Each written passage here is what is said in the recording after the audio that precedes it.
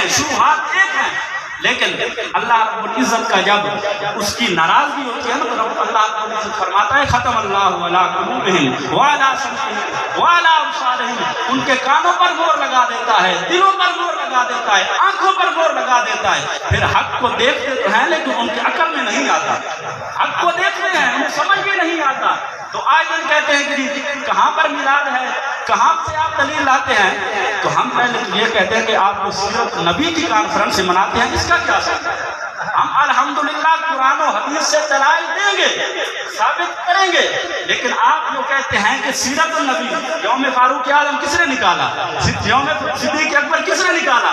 کہیں سے ثابت ہی نہیں ہے، لیکن آج دن کانفرنس سے ہو رہی ہیں، سیرت النبی کانفرنس، فلاں کانفرنس، جو کہاں سے آئی ہے؟ اس کا کوئی ثبوت ہے؟ کوئی ثبوت نہیں ہے۔ ایک اور بڑا ہمارے سنیوں کو ڈراوا دیا جاتا ہے کہ بدعت، جی بدعت ہے، ہاذا بدعت ہاذا شرک ہاذہ بدعت، یہ شرک ہے، یہ بدعت ہے، یہ کہاں سے آ گیا؟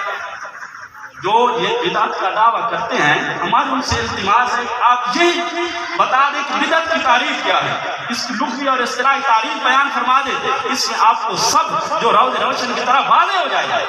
یہ جو آئے دن بدعت کا ڈراوا دیا جاتا ہے کہ سنی میلاد نکالتے ہیں بدعت کرتے ہیں، جلوس نکالتے ہیں بدعت کرتے ہیں، لنگر پکاتے ہیں بدعت کرتے ہیں، تو ان سے پوچھو کہ بدعت کہتے کسے ہیں؟ قرآن مجید میں اللہ رب العزت نے ارشاد فرمایا قل ما کنت بدعا من الرسل، اے معبود فرما دیجئے کہ میں تمہارے میں نیا رسول نہیں ہوں، یعنی بدعت کا لغوی معنی ہے نئی چیز۔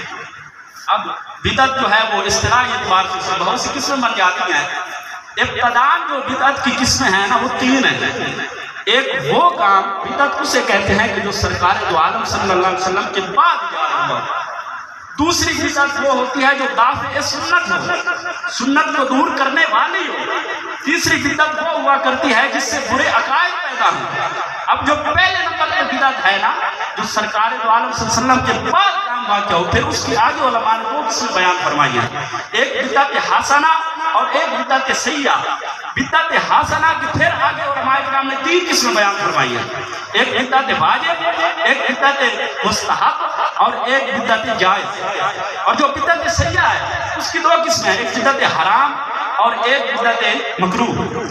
نبی کریم صلی اللہ علیہ وسلم نے ارشاد فرمایا کہ ہر بدعت جو ہے نا وہ گمراہی ہے، اور گمراہی جو ہے نا ہر گمراہی وہ جہنم میں لے جانے والی ہے۔ جو ہمارے عزیز یہ بدعت کی رٹ لگائے ہوئے ہیں نا یہ اسی حدیث کو دلیل پیش کرتے ہیں۔ سنن نسائی شریف کی حدیث پاک ہے کہ سرکار نے فرمایا کہ ہر نیا کام، ہر نئی چیز بدعت ہے، اور ہر بدعت گمراہی ہے، اور ہر گمراہی جو ہے وہ جہنم میں لے جانے والی ہے۔ تو اس مقام پر جو ہم نے واجب کہا ہے کہ بدعت واجب ہوتی ہے، اور واجب کا درجہ آپ جانتے ہیں فرض کے پاس واجب کا درجہ ہوتا ہے اور وہ ضروری ہے۔ اور جو یہ ہمارے عزیز یہ بدعت کی رٹ لگاتے ہیں، اسے پوچھو جو صرف نہ پڑھا رہے ہو وہ کیا سوچ کر پڑھا رہے ہو، واجب پوچھو کس لیے پڑھا رہے ہو، قرآن کی سمجھ آ جائے، نبی پاک کے فرمان کی سمجھ آ جائے۔ اتنی گردانیں آپ روز گھنٹے لگا رہے ہو، طلباء کو مار بھی رہے ہو، تو یہ بدعت کون سی ہے؟ سرکار نے یہ پڑھائی ہے، سرکار کے صحابہ نے یہ پڑھی ہے۔ وہ تو اصحاب صفہ کا ایک چبوترا تھا، وہاں پر صحابہ کرام جو ہے وہ تعلیم حاصل کرتے تھے، تو یہ کہاں پر ہے؟ تو یہ جو ڈراوے دیے جاتے ہیں بدعت کے، اس سے ڈرنا نہیں چاہیے۔ ان سے کہو کہ آپ جو کہہ رہے ہیں بدعت کی تعریف کریں، اس کی اصطلاحی تعریف کریں، اس کی لغوی تعریف کریں، اس کے بعد معنی سمجھ میں آئے گا۔ تو الحمدللہ ہم لوگ جو میلاد مناتے ہیں نا ہم کوئی بدعت نہیں کرتے، بلکہ یہ اللہ رب العزت کی بھی سنت ہے، محبوب پاک کی بھی سنت ہے، اور صحابہ کرام کی بھی سنت ہے۔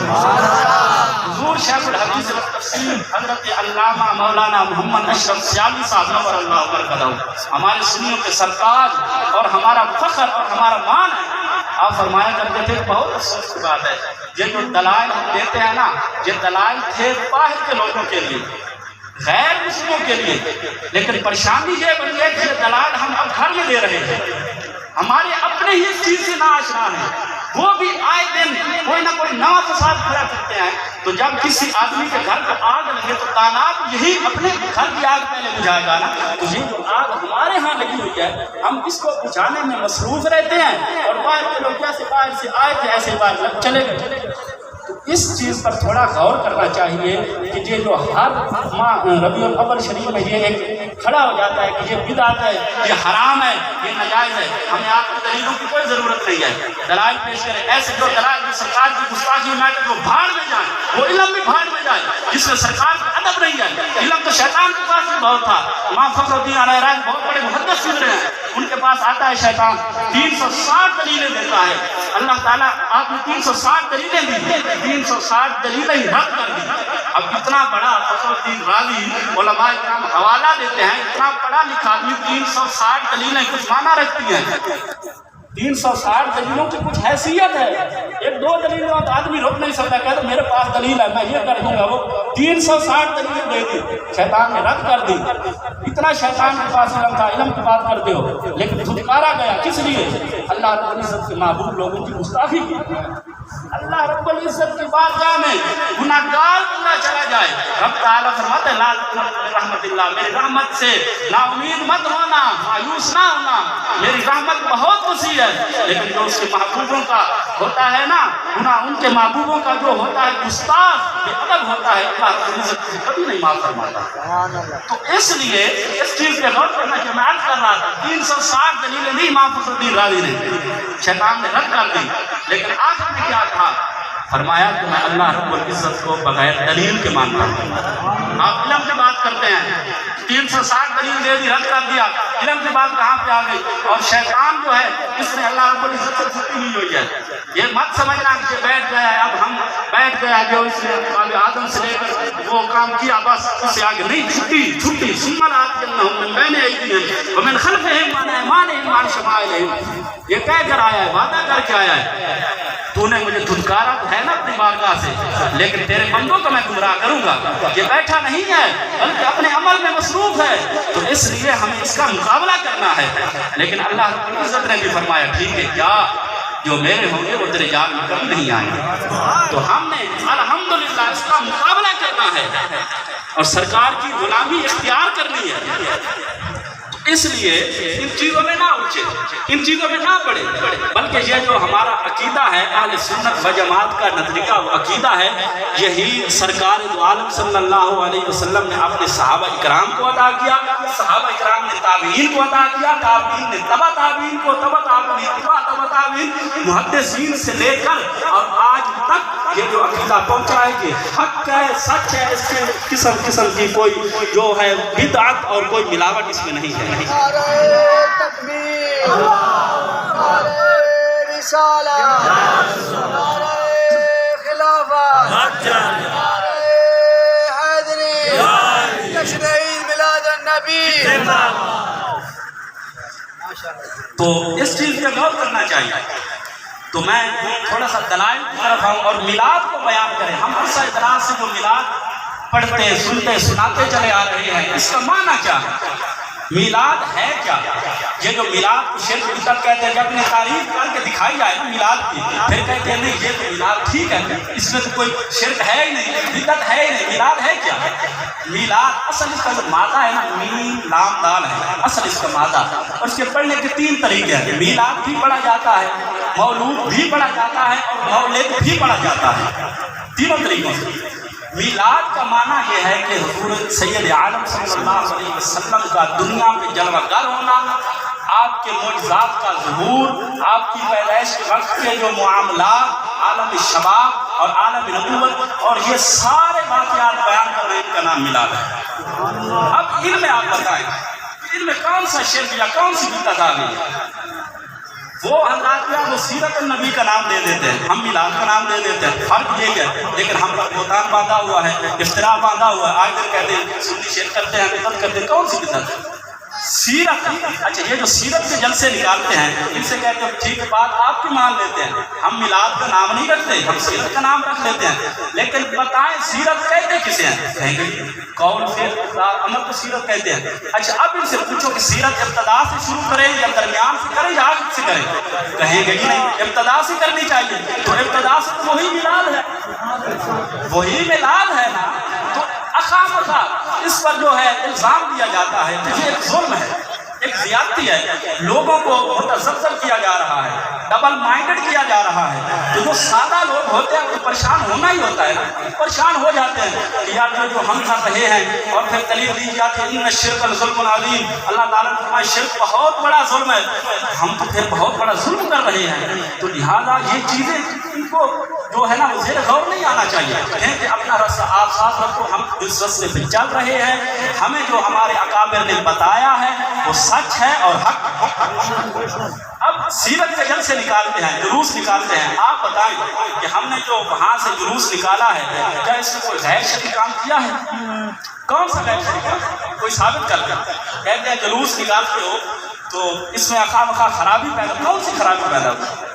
اللہ رسول کا نام لیتے آئے ہیں, مہذب طریقے سے آئے ہیں, نبی کریم صلی اللہ علیہ وسلم کا ذکر کرتے چلے آئے ہیں. اور پھر جب مسجد میں آئے ہیں تو پہلے کیا ہوا ہے؟ قرآن مجید کی تلاوت ہوئی ہے, سرکار کی سراہ ہوئی ہے, سرکار کی بارگاہ میں نذرانہ عقیدت پیش کیا جا رہا ہے. تو اس میں کون سی خرابی ہے؟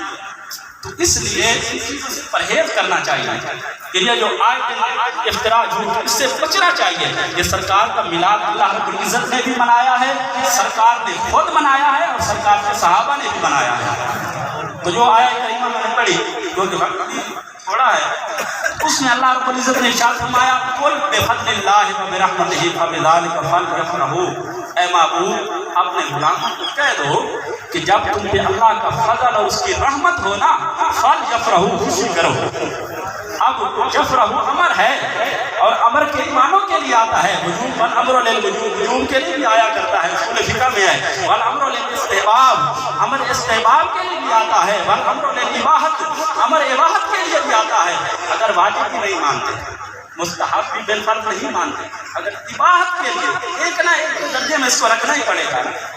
چلو اباحت کے لیے مان لیتے ہیں, تو ہم میلاد جو کرتے ہیں ہم کون سا واجب سمجھ کر کرتے ہیں, کون سا فرض سمجھ کر کرتے ہیں؟ اس لیے یہ کہنا کہ سنی اس طرح کر رہے ہیں فلاں دین, کچھ ہی نہیں ہے. ہم اللہ رب العزت کے حکم پر عمل کر رہے ہیں. اب اللہ نے فرمایا کہ تم پر رحمت اور فضل ہو تو خوشی کرو. اب قرآن مجید میں اللہ رب العزت ارشاد فرماتے وما ارسلناک الا رحمۃ للعالمین. میرا محبوب جو ہے نا عالمین کے لیے رحمت ہے, اور سرکار سے بڑی کوئی رحمت ہے؟ اللہ رب العزت فرما رہا ہے کہ محبوب جس تک میں رب العزت کی خدائی ہے نا, اس تک میں محبوب کی مصطفیٰ. تو اس سے ثابت ہوا کہ رحمت سید عالم صلی اللہ علیہ وسلم ہے. اور اگلے مقام پہ ارشاد فرماتے واذکروا نعمت اللہ علیکم, اللہ رب العزت کی نعمتوں کو یاد کرو جو اس نے تم پر کی.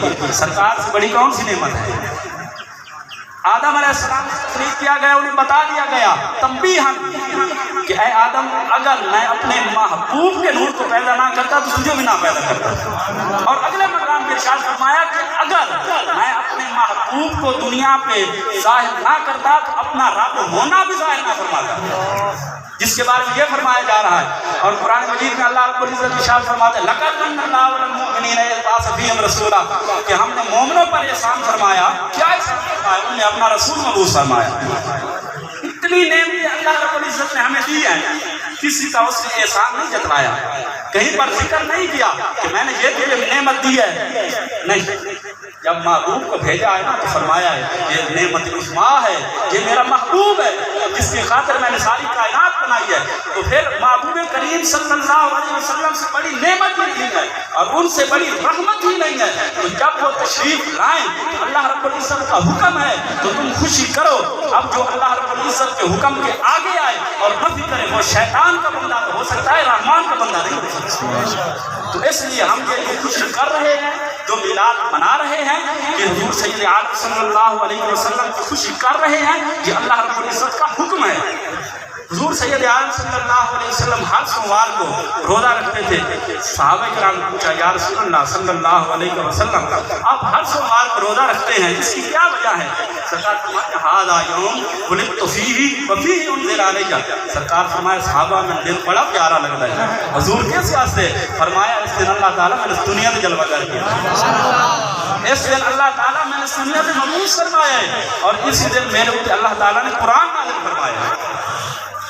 تو دیکھو کہ سرکار خود کر رہے ہیں, اور آپ کے صحابہ کرام نے بھی سرکار کا میلاد منایا ہے۔ سنن نسائی شریف کی حدیث ہے، سرکار ایک دن تشریف لائے مسجد میں، خارجہ کے جب لفظ آتے ہیں نا تو وہاں پر مراد یہ ہوتا ہے کہ سرکار گھر سے تشریف لائے، مسجد میں تشریف لائے، صحابہ کرام گفتگو کر رہے تھے، محفل اپنی سجائے بیٹھے تھے، مجلس لگائے بیٹھے تھے۔ سرکار نے پوچھا ماں آج تمہیں کس چیز میں روکے رکھا ہے؟ جہاں پر آپ بیٹھے ہیں اسی جیتے بیٹھے کون کیڑی گل کی ہم بہایا ہے، کون کہیں بہایا ہے، کس وجہ تو رہ گئے ہو؟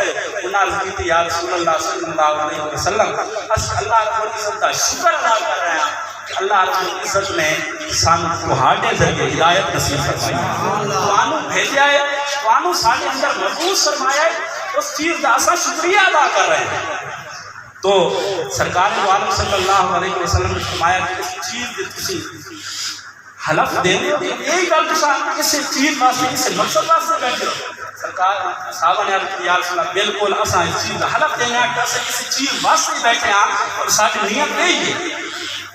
سرکار نے فرمایا کہ اے میرے صحابہ کو یہ نہیں کہنا چاہتی اس چیز کی گارنٹی لے رہی ہیں کہ میں نے تواڈے تے بے اعتمادی ہے یا میں نے تواڈے تے اعتماد نہیں، فرمایا یہ چیز نہیں بلکہ اللہ دا جبریل ہونے آیا ہے اور اس نے آخیا کہ یا رسول اللہ جڑے تواڈے غلام تواڈا ذکر کر رہے ہیں نا اللہ رب العزت آسمان پہ اپنے فرشتوں کے سامنے ناز کر رہی ہے۔ یہ وہ سب سے جس واسطے اسی بیٹھے ہیں، جس واسطے اسی جمع ہوئے ہیں۔ اس صحابہ کرام نے میلاد منایا لیکن صحابہ کرام کبھی بدر کی جنگ، کبھی اور کی جنگ، کبھی کوئی جنگ، کبھی کوئی جنگ، سرکار کا نام چپتے جاندے ہیں اور سرکار کے حکم دے کے چلتے جاندے ہیں۔ تو بالکل صحابہ کرام تو یہ ثابت ہے، تابعین کو بھی علماء کرام، اور اس بارے کوئی اگر تمہیں آکے متذبذب کرے تو اس کا کوئی دنیا تواڈا رستہ اپنا ساڈا رستہ اپنا، سانو کسی دلیل کی ضرورت ہی نہیں۔ ایک میں آکے حدیث پاک عرض کر کے اجازت چاہتا ہوں، کچھ لوگ اعتراض کرتے ہیں کہ جو تساں جھنڈے لگاندے ہو، جلوس نکالتے ہو اور یا رسول اللہ کے نعرے لاندے ہو، اس کا کیا مقصد ہے، اس کا کیا ثبوت ہے؟ الحمدللہ سے اس حدیث کی ثابت ہے، صحیح مسلم جلد 2 صفحہ 419 پہ ہے بات حدیث پاک کھڑی ہے، پرسوں میں نے بات پڑھی الحمدللہ اللہ کے فضل نال خیال کری۔ اس کے اندر یہ بات ہے کہ جب سرکار ہجرت کر کے گئے نا مکے تو مدینے تے خبر کے پہلے پہنچ چکا ہے حضور تشریف لے آ رہے ہیں اور روز چھتاں پہ چڑھے دن میں انتظار کریں شام اتر جاویں، سرکار آخر سفر ہے زیادہ آپ پیدل جا رہے ہیں، کچھ دن لگ گئے۔ جب سرکار واپسی دے قریب پہنچے نا تے حضرت ابو ہریرہ اصلی ابو آگئے جس وقت آئے ہیں کہ سرکار کی بارگاہ حاضر ہوئے انہاں کہ حضور ایک نہیں جاؤنا بلکہ ان سے طریقے نال جاؤنا، انہاں کی دستار اتار کے نا کہ نیلے دوتے اس طرح ٹنگ کے لہرا کے جا رہے ہیں، جھنڈے کی شکل بنا کے جا رہے ہیں۔ اور حدیث پاک درسال ہے فصائد الرجال والنساء فوق البیوت تفرق الغلمان والخدم ينادون یا محمد یا رسول اللہ یا محمد یا رسول اللہ۔ فصائد الرجال اللہ اکبر، تکبیر، اللہ نعرہ رسالہ یا رسول اللہ، خلافہ، نعرہ حیدری، شہید میلاد النبی، نعرہ رسالہ یا رسول اللہ۔ فصائد الرجال والنساء مرد اور عورتیں فصائد چڑھ گئی فوق البیوت مکانوں کی چھتوں پر، فوق مانو اوپر بیوت بیت کی جمع ہے، ایک گھر نہیں ڈھیر سارے مکان، فوق البیوت مکانوں کی چھتوں پہ چڑھ گئے، مرد بھی عورتیں بھی، تفرق الغلمان والخدم بچے تے غلام جڑے ہیں نا وہ پھر تر کے گلیاں دے وچ پھیل گئے۔